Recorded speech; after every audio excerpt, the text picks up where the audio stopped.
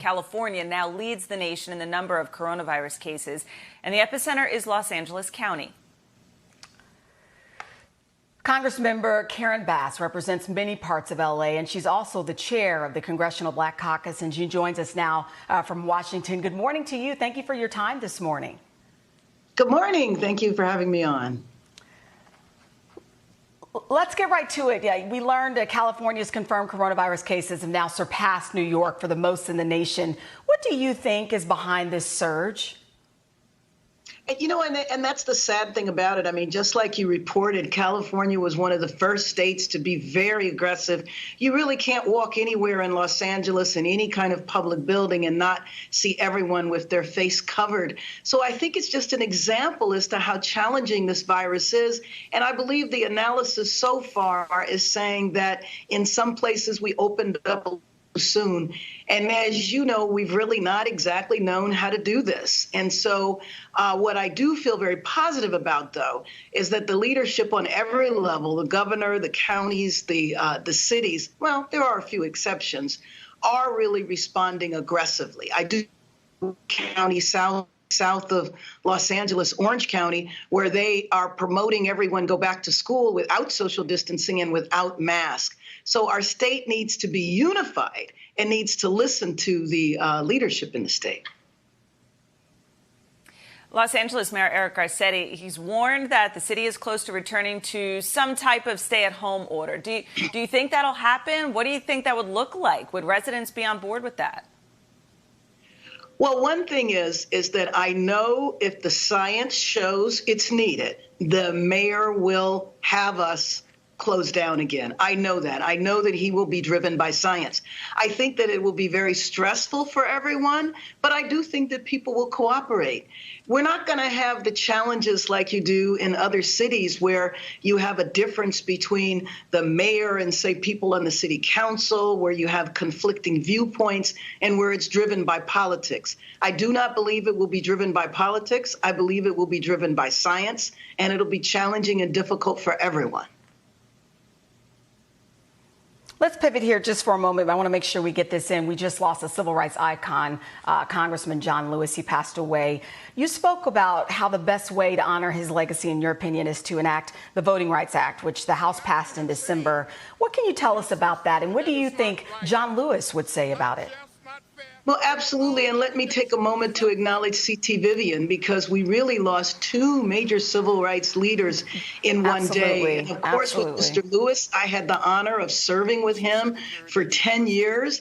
And I know that he would want us not just to pass the Voting Rights Act that we did, that is languishing over in the Senate, because, you know, we passed it in the House over 200 days ago. But we actually need to augment that now, because we passed that way before coronavirus. Now we have to worry about safety and public health in addition to just typical voter suppression. And so we need to make sure that people can vote safely, and the way to vote is to vote from home. And we have to make sure that the virus is not used as a voter suppression strategy. So I would ask the administration, what is the administration's strategy to make sure that we have full democracy in the United States? We are supposed to be the leading democracy in the world. Well, if that's the case, then of course we want every single person that is eligible to vote. So I want to know, what is the administration's strategy? I also want to know what's the administration's strategy to address the virus as well. Having a strategy of denial is not going to make it go away. Another big story, obviously, this morning. Joe Biden has said he's committed to picking a female running mate, and you are reportedly one of 4 African-American women being considered. If you were to choose you, what do you think you would bring to the ticket? And on that note, if it ever came to it, are you confident that you have the skills to step into the role of president? Wow. Well, first of all, let me just say that whatever the campaign does, and especially Vice President Biden does, who better knows what what a running mate should be than a person who was a running mate and who served in that position for 8 years. I think that the vice president will pick a partner, will pick someone that will help him heal this country, and will pick someone that will serve with him in a similar fashion as to how he served with President Obama. And whoever he picks, of course, I was very excited when he made the announcement that he was going to pick a woman. That will be historic. And whoever he picks, I'm sure that they will be a great partner. And whatever I can do to make sure that he gets elected with whoever he chooses, I will be right there on the front lines. And when he is sworn in January, I will do everything I can to make sure that his presidency is successful. And just think about it. There is the potential. I mean, you reported on the unemployment numbers.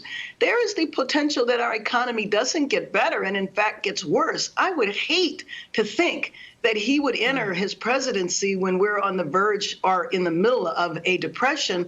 But even then, he will be ready for it, because just think about the economy that we had in 2009 when he entered the presidency. So I know he will be best equipped to get us out of this, because I know that he will rely on science and not on magical thinking. We were able to squeeze a lot of topics in there this morning. Representative Bass, thank you for talking with us this morning. Have a good day. Thank you for having me on.